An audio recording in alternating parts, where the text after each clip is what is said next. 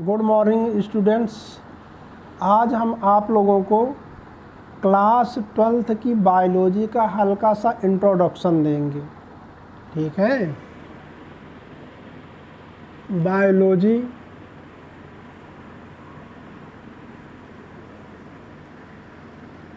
Class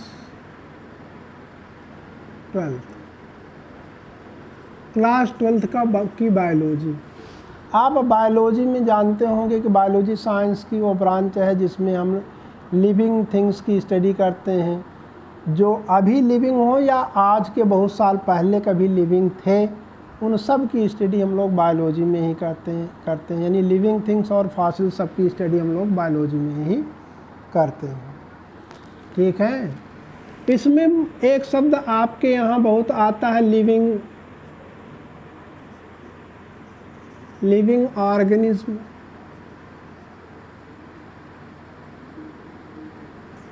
living organism और non living organism आता है।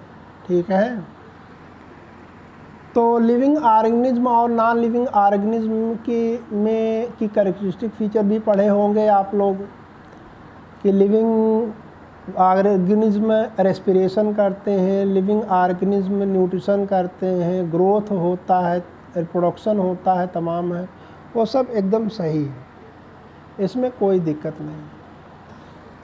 और लेकिन एक डिफिनेशन, एक पॉइंट इसमें लिखना चाहिए हम लोगों को कि जितने भी लिविंग बीइंग्स होते हैं उनका अपना लाइफ स्पॉन होता है। लिविंग थिंग्स का, लिविंग ऑर्गेनिज्म का एक अपना लाइफ स्पॉन होता है। ठीक है, अब लाइफ स्पैन हम लोग कहते किसको हैं? ठीक है,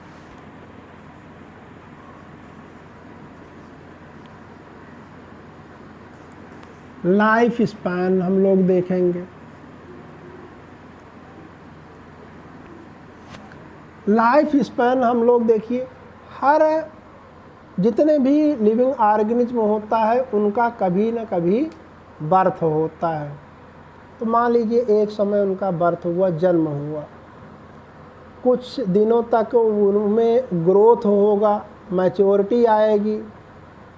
ठीक है, ग्रोथ होगा, मैच्योरिटी आएगी, फिर ओल्डनेस आएगी, अल्टीमेटली उनकी डेथ होती है। डेथ दो प्रकार की होती है, एक नेचुरल डेथ होती है और एक क्लिनिकल डेथ होती है।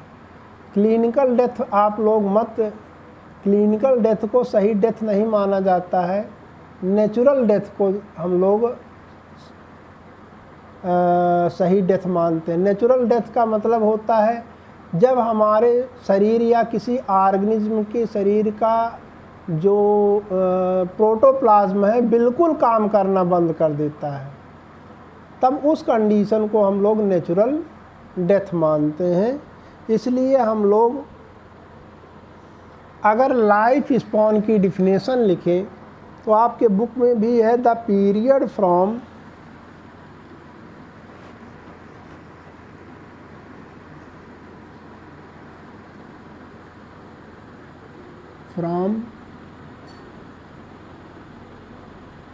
birth to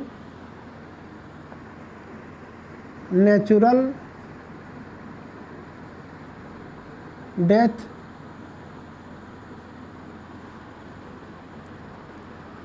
of an organism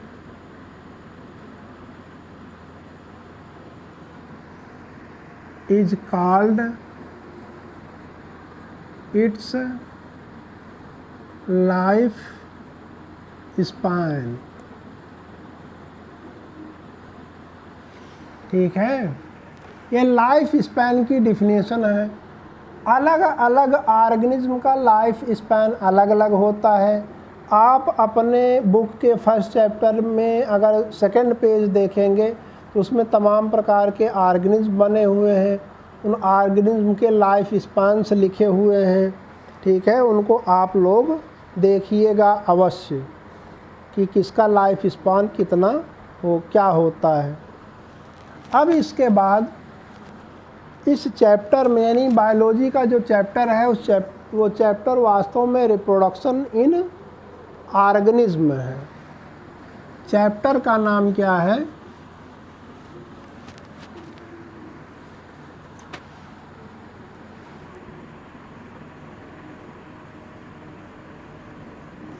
chapter 1 है रिप्रोडक्शन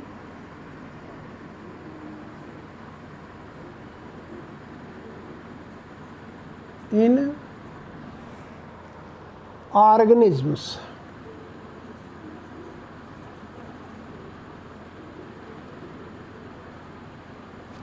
रिप्रोडक्शन इन ऑर्गेनिजम्स ये चैप्टर का नाम है, ठीक है।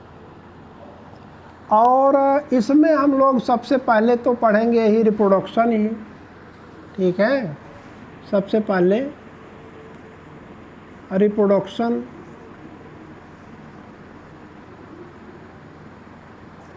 हम लोग रिप्रोडक्शन कहते किसको हैं?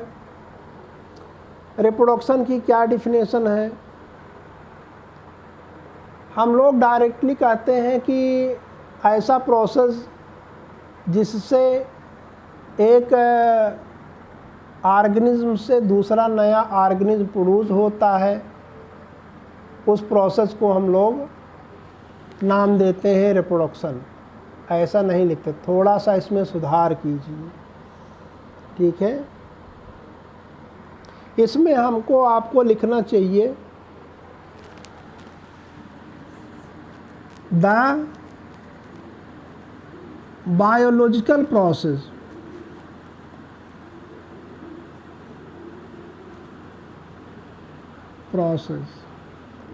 क्योंकि रिप्रोडक्शन एक बायोलॉजिकल प्रोसेस है in which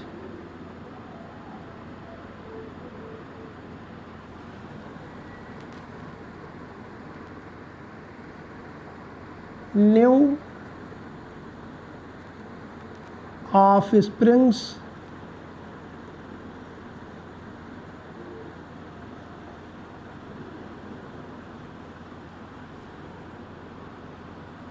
is produced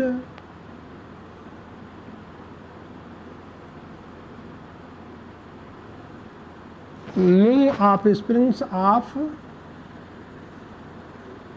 same species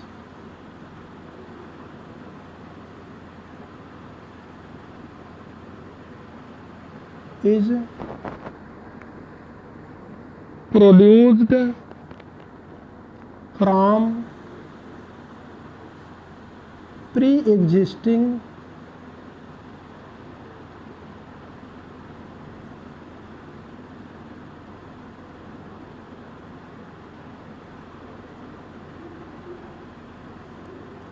organism.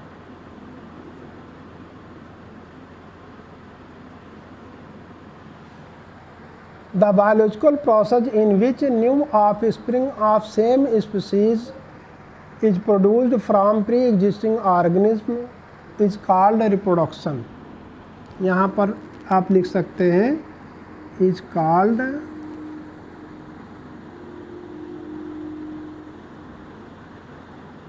Reproduction. ये रिप्रोडक्शन की डिफिनेशन है, ठीक है।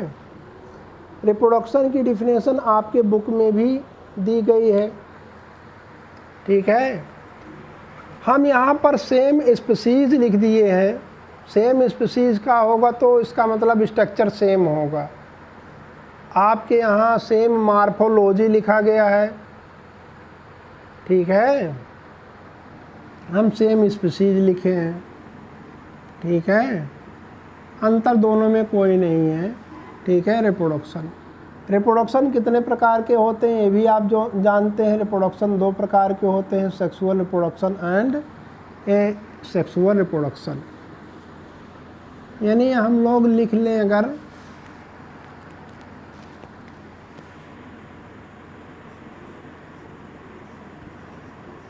टाइप्स ऑफ रिप्रोडक्शन तो उसमें हम लोग यही लिखेंगे, there are 2 types of reproduction. Number 1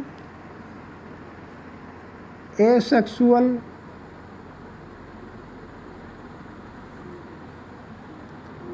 reproduction,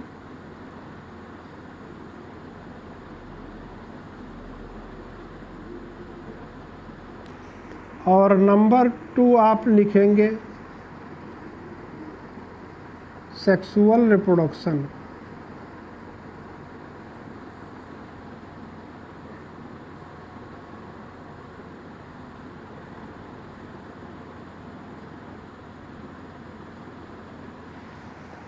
ठीक है, 2 प्रकार के रिप्रोडक्शन होते हैं, एसेक्सुअल रिप्रोडक्शन और सेक्सुअल रिप्रोडक्शन। अब एसेक्सुअल रिप्रोडक्शन किसको कहते हैं, सेक्सुअल रिप्रोडक्शन किसको कहते हैं, डिफिनेशन इसकी आप लोग पढ़े हैं, जानते भी हैं। उसमें कुछ करेक्शन करना है, कुछ उसमें जानना है, वो आपको बताएंगे। अभी हम केवल इसका हल्का सा आपको इंट्रोडक्शन दिए हैं, लेकिन आप लोग इसके लिए प्रॉपरली कॉपी बनाइएगा, नोट्स बनाइए। ठीक है, आपके नोट्स को देख करके ही इंटरनल नंबर आपका दिया जाएगा, इतना आप जानते रहिए। आपका नोट्स बनाना बहुत ज़रूरी है।